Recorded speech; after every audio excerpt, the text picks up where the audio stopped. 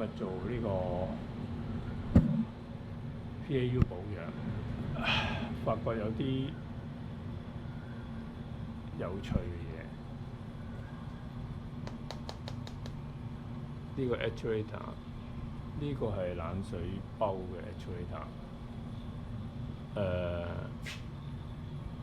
呢隻冷水煲咧係轉嘅。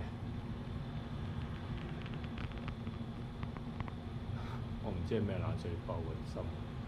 通常啲冷水煲咧就有啲上下行程咧上下嘅。呢隻咧就係90度轉嘅，真係少見咯。細型嘅冷水煲咧左右轉，大型嘅冷水煲咧就上下行程嘅。呢隻行程就左右轉嘅。唔知點解用呢隻冷水煲，個煲身真係好奇怪，好奇怪。唔知咩model嚟嘅，裝身咁粗，要研究一下先。呢隻咧上返去裝身睇咧，就係球制嘅 actuator， 即係球制用嘅 actuator。咁個構造唔同嘅。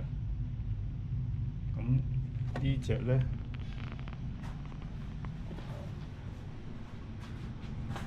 呢隻咧就係風閘用嘅 actuator，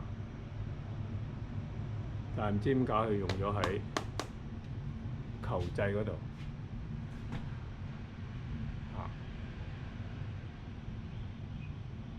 但係 modulating 嘅 actuator 用球制可以做到 modulating， 真係神奇喎！呢個蛙佬係咪用錯咗？唔知，真係唔知。劏開睇下個蛙佬個球制係咩料？咁樣轉咧，唔係上下左右行程嗰啲係球制嚟嘅，上下行程嗰啲咧就係拍嚟嘅，拍嚟嘅。點樣去選型咧？點樣去用呢啲蛙佬咧？好視乎嗰個單 project 嗰啲人點樣去揀啊！